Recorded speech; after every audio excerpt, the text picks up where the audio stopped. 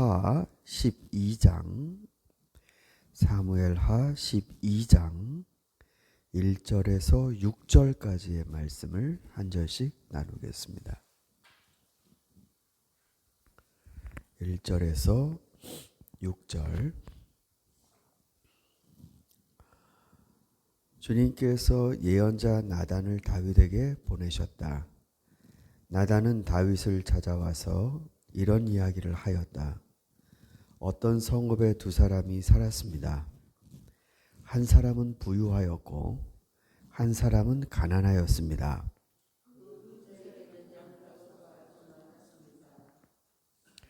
그러나 그 가난한 사람에게는 사다가 키우는 어린 암양 한 마리밖에는 아무것도 없었습니다. 그는 이 어린 양을 자기 집에서 길렀습니다. 그래서 그 어린 양은 그 아이들과 함께 자라났습니다. 어린 양은 주인이 먹는 음식을 함께 먹고 주인의 잔에 있는 것을 함께 마시고 주인의 품에 안겨서 함께 잤습니다. 이렇게 그 양은 주인의 딸과 같았습니다.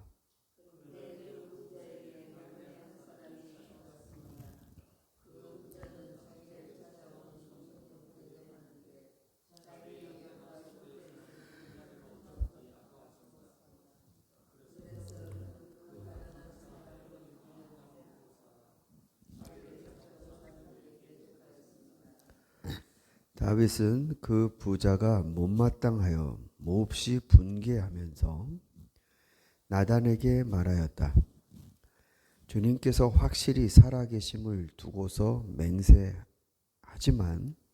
그런 일을 한 사람은 죽어야 마땅합니다. 또 그가 그런 일을 하면서도 불쌍히 여기는 마음 전혀 없었습니다. 그는 마땅히 암양의 4배로 갚아주어야 합니다. 뜬금없이 나단 선지자가 찾아와서 세상에 우리나라에 이런 일이 있습니다 라고 하면서 아주 분개할 만한 한 가지 이 케이스를 보고식으로 얘기를 했습니다. 나단은 선지자입니다. 선지자는 앞으로 있을 일들 그것을 전달해주고 그러니 조심하십시오. 그러니 즐거워하십시오. 낙심하지 마십시오. 이런 말을 해주는 그런 역할을 하는 사람이다. 근데 그렇게 미래에 대해서 말해주는 선지자는 사실 이스라엘에만 있었던 게 아닙니다. 전쟁할 때 이방 나라가 됐건 이 승리에 대해서 미래가 어떻게 될 것인가 물어보는 그런 선지자들은 나라마다 있었습니다. 그런데 선지자의 아주 중요한 역할은 앞으로 어떻게 될 것인가. 지금은 잘 판단이 안 되는데 1년 후, 2년 후 이게 어떻게 될 건가? 망할 건가? 잘 될 건가? 가야 되나 말아야 되나? 이런 거를 척척 얘기해 주면 얼마나 사람들이 현명하게 현실을 결정할 수 있겠습니까? 근데 선지자가 그런 역할을 해 주어야 하는데 라고 우리는 기대를 하지만 성경에서 선지자는 첫 번째로 말을 전하는 사람입니다. 말을 전하는 사람. 그러니까 앞날에 관해서 얘기해 주는 사람 이전에 선지자의 1차 기능은 뭐냐면 말을 전해주는 사람입니다. 그러니까 사실 정확히 말하면 배달부입니다. 배달부. 전달해주는 자입니다. 하나님의 말씀을 들어야 되는 수신자에게 전달해 주는 것입니다. 그럼 우리는 이렇게 생각하죠. 하나님이 그냥 직접 말씀하시면 더 쉽지 않을까? 왜 누구를 통해서 말씀하실까? 누구를 통해서 말씀하시면 이게 한번 꺾여갖고 제대로 이게 이 먼 뜻이 왜곡될 수도 있지 않을까? 이렇게 생각하기도 하지요. 그러나 이스라엘 내에서 하나님과 직접 만날 수 있는 사람은 극히 제한된다라는 신앙이 있었습니다. 출애굽에서 그것이 여실히 드러나죠. 하나님이 직접 백성을 만나리라 불러 모아라. 근데 정작 백성들이 무서워서 하나님을 못 만나요. 그래서 모세에게 당신이 듣고 우리에게 전달해 주십시오. 그러니까 직접적인 하나님과의 접촉, 이거를 이 죄 많은 이 인간이 견딜 수 없다라는 걸 임상적으로 시내산에서 체험했습니다. 도저히 못 올라가겠어요. 하나님의 임재. 그래서 하나님이 선지자를 보내서 전달을 시켜주는 것. 그러니까 제일 처음에 가장 원형적인 선지자가 모세가 되겠죠. 근데 모세는 미래를 말해주는 게 아닙니다. 사실은 그때. 미래를 말해주는 게 아니라 하나님의 법을 말해줍니다. 그것이 토라입니다. 토라. 십계명을 포함한. 그래서 우리가 흔히들 선지자 그러면은 미래를 말해주는 사람이라고 생각하는데 하나님의 뜻을 전달해 주는 게 선지자적 기능입니다. 여러분들은 선지자적 역할을 하십니까? 안 하십니까?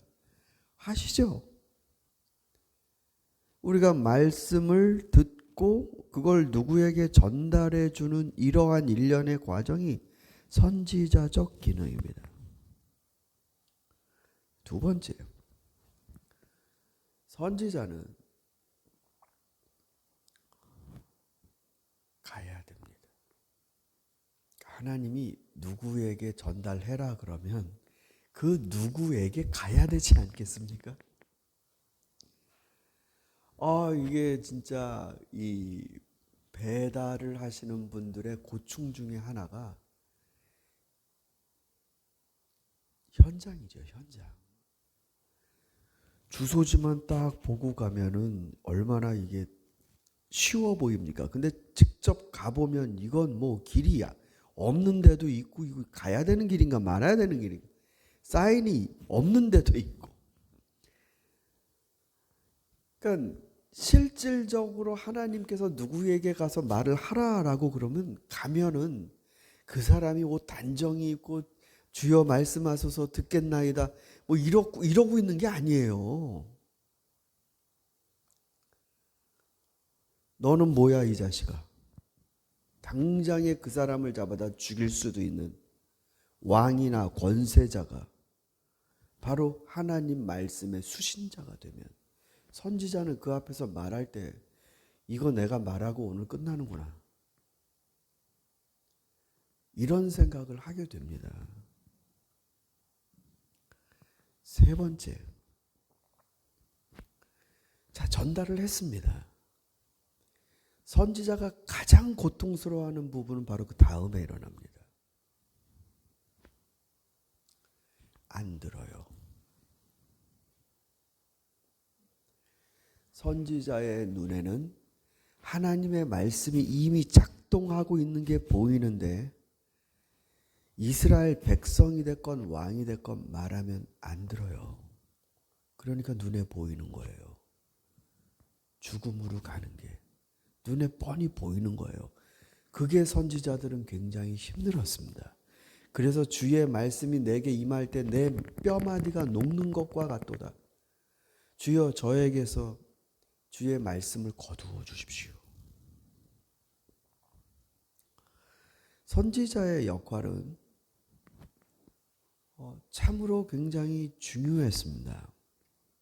그래서 나쁜 선지자 혹은 거짓 선지자도 등장하게 됩니다. 하나님 말씀을 안 하셨는데 가서 여호와께서 너에게 말씀하신다. 예레미야를 보면 그게 나오지 않습니까?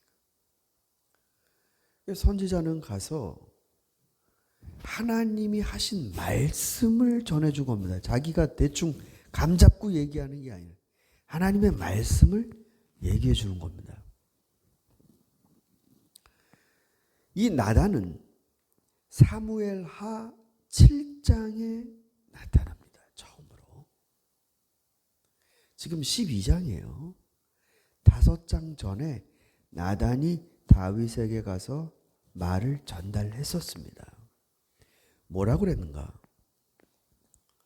먼저 다윗이 나는 이런 곳에 있는데 하나님은 아직도 하나님을 섬길 제단을 마련해 드리지 못했으니 내 마음이 참 괴롭습니다. 그때 나단이 등장합니다. 그러면서 이렇게 얘기하죠. 여호와께서 당신과 함께 하시니 당신이 계획하신 대로 하시옵소서. 이 말을 전달해 줍니다. 이게 얼마나 큰 축복이에요.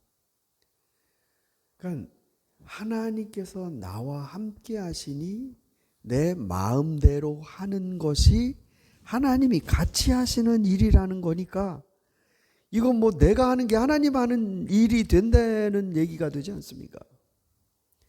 그러면서 하나님의 영원한 언약이 다윗에게 주어지는 겁니다. 내가 너로 인해 크게 기뻐하고 너의 자리에 왕위를 이을 자손이 끊어지지 않게 할 것이다. 선지자는 다윗을 그런 사람으로 알고 전달해 주었죠. 하나님의 말씀을. 자기도 전달하면서 굉장히 기뻤을 것 같습니다. 이건 너무나 좋은 소식이고 이스라엘에 더군다나 이런 사람이 왕이라는 것이 이제 이스라엘에 하나님의 영광이 가득 차겠구나.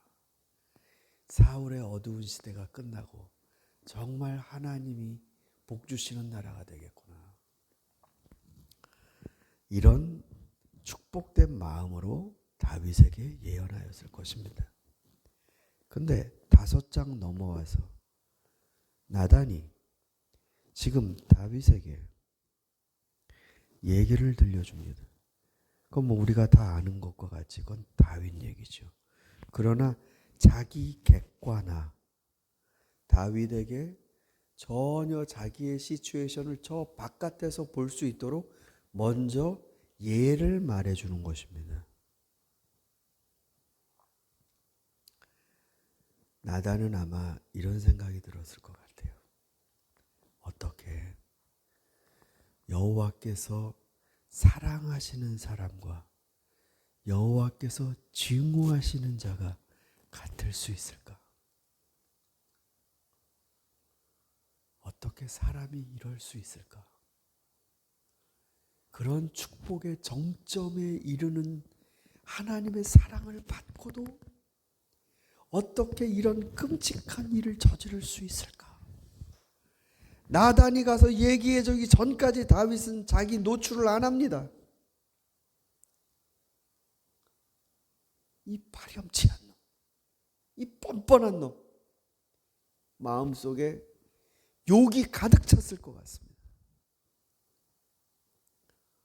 그러나 자기 감정을 얘기하는 것이 아니라 하나님 말씀을 전하는 겁니다. 두 사람 얘기를 하죠. 부자와 가난한 자. 부자는 가축이 많습니다. 가난한 자는 양 한 마리, 그것도 새끼, 장터에서 사온. 너무나 사랑해서 이 사람은 정말로 이것뿐입니다. 부자에게 손님이 왔대요. 대접을 하는데 많이 있으면서도 자기께 아까워서 없는 자의 것을 빼앗아서 손님 치레를 했다.